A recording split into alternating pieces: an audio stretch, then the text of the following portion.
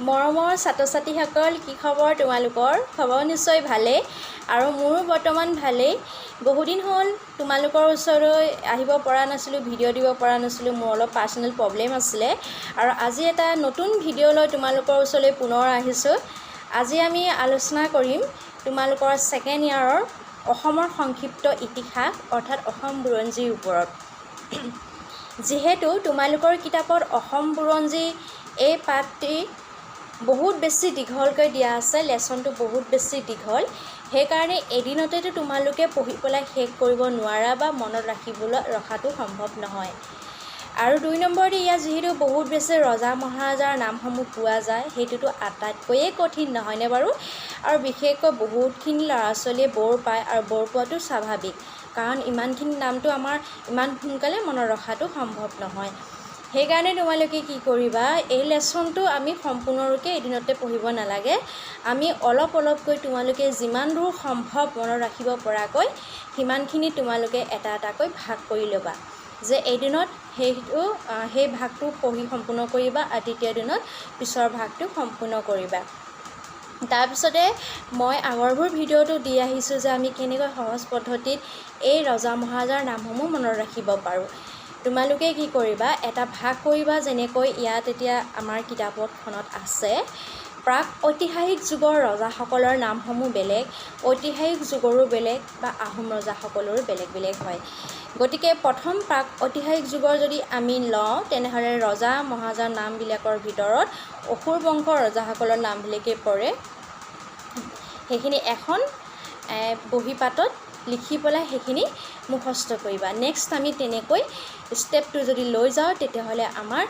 অসমৰ সংক্ষিপ্ত ইতিহাস অৰ্থাৎ অসম বুৰঞ্জী আমাৰ পঢ়িবলৈ সহজ হৈ পৰিব তেনেহ'লে আহাচোন দেৰি নকৰি ভিডিঅ'টো আৰম্ভ কৰোঁ আৰম্ভ কৰাৰ আগতে তোমালোকে এটা কথা জানিব লাগিব যে অসম নামটো আগতে আমাৰ অসমক বিভিন্ন নামেৰে জনা গৈছিলে যিহেতু ইতিহাসবিদসকলে যেতিয়া পৌৰাণিক সমাজ এখনৰ কথা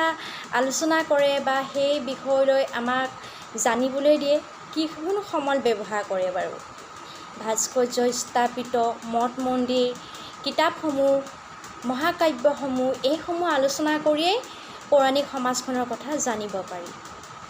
কিন্তু গম পোৱা নে যে অসম বুৰঞ্জী মানে অসমৰ একেবাৰে আগৰ যুগৰ কথা অৰ্থাৎ খ্ৰীষ্টপূৰ্ব ৪ৰ্থ শতিকাৰ কথা জানিবৰ কাৰণে কোনো ধৰণৰ ইতিহাসবিদসকলে মানে বিৱৰণ পোৱা নাছিলে ইতিহাসবিদসকলে সমল বিচাৰি পোৱা নাছিলে সেইকাৰণে সমল হিচাপে মহাকাব্য মহাভাৰত আৰু ৰামায়ণকে সমল হিচাপে গ্ৰহণ কৰিছিলে আৰু আমাৰ অসমৰ আটাইতকৈ পৌৰাণিক নামটো হৈছে প্ৰাগজ্যোতিষপুৰ আৰু সেইটো ক'ৰ পৰা গম পোৱা গৈছে ৰামায়ণ আৰু মহাভাৰতৰ পৰা কম পোৱা গৈছে ছেকেণ্ড আছিলে কামৰূপ আৰু কামৰূপ নামটো প্ৰথমবাৰৰ বাবে গম পোৱা গৈছিলে সমুদ্ৰগুপ্ত যি লিপি আছিলে প্ৰাচীন পুৰাণ আছিলে সেই প্ৰাচীন পুৰাণসমূহত গম পোৱা গৈছিলে তাৰপিছতে আন এটা নাম যোগিনী তন্ত্ৰ এখন পৌৰাণিক এখন তন্ত্ৰ আৰু সেই তন্ত্ৰখনৰ মতে কামৰূপক 4টা ভাগত ভাগ কৰিছে ৰত্নপীঠ কামপীঠ স্বৰ্ণপীঠ আৰু সৌমাপীঠ গম পাইছাই কথাটো অসমখনৰ একে আটাইতকৈ পৌৰাণিক নামটো হৈছে প্ৰাগজ্যোতিষপুৰ আৰু সেইটো আমাৰ মহাভাৰত ৰামায়ণত পোৱা গৈছিলে দ্বিতীয়টো আছিলে কামৰূপ আৰু সেইটো সমুদ্ৰগুপ্তৰ পুৰাণত পোৱা গৈছিলে এতিয়া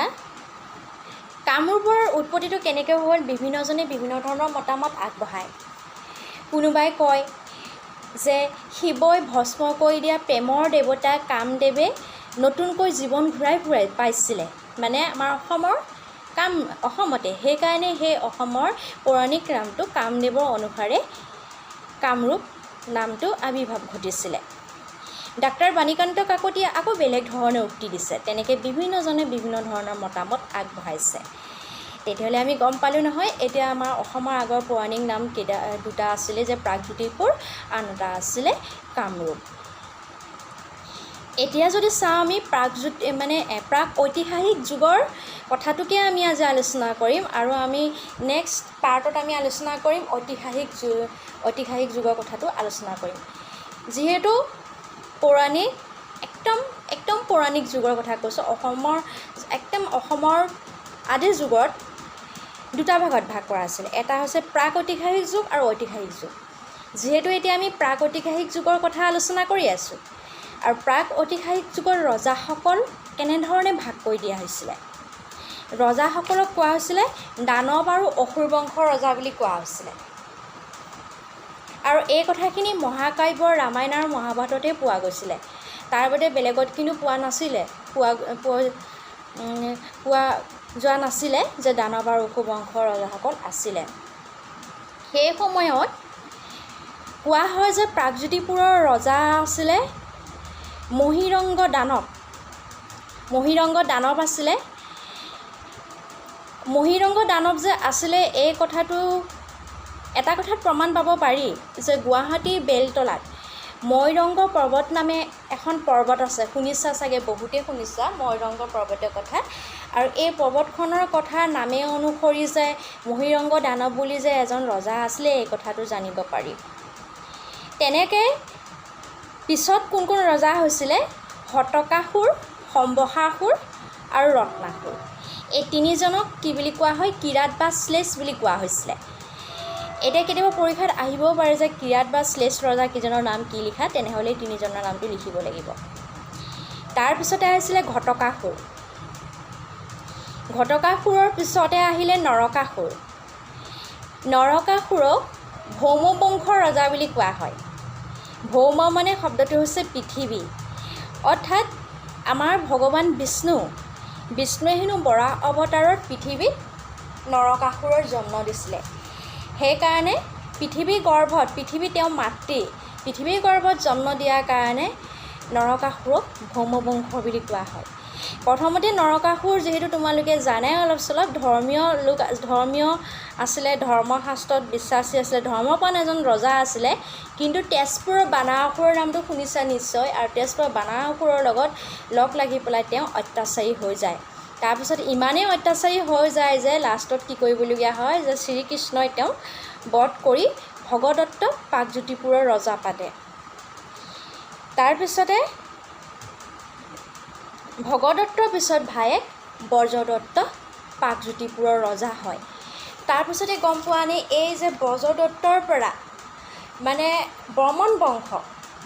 বংশ হৈছে ঐতিহাসিক যুগৰ কথা এতিয়া আমি একে প্ৰাক ঐতিহাসিক যুগৰ কথা পাতি আছোঁ